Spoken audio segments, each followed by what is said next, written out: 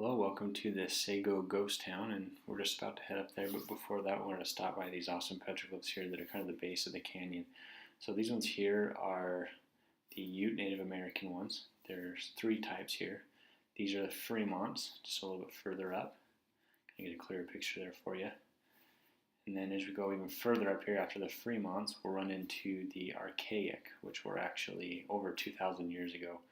So the Utes were actually from about 1300 until about the late 1800s when they were thriving in this area.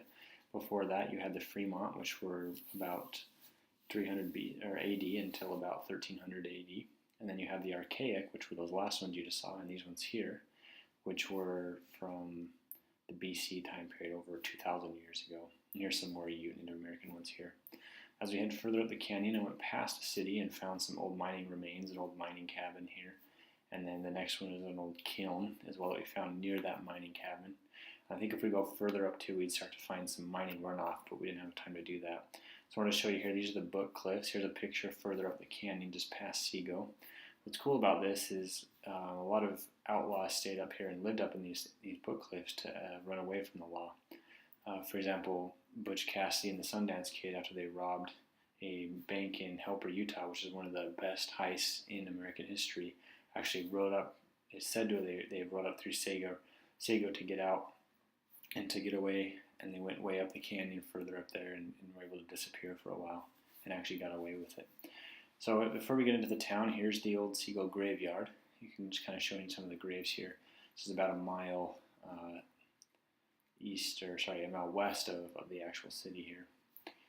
And we'll just kind of go through the graves here and we'll get into the town. So the town itself was actually established in 1910, so this ghost town isn't as old as some of the other ones, and it was mined up until about the 1950s. Coal was very abundant here for a while, but because of the rugged terrain to get up here and get all the supplies, eventually the cost was not making up for the profit they were making from the mines.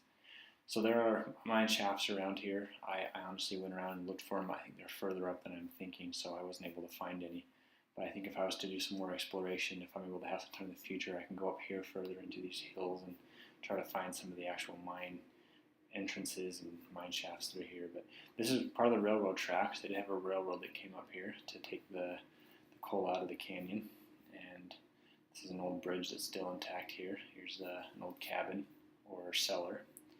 And here's another bridge from a distance as well from the train track. And just some old remains from some old cabins and old houses that were up here.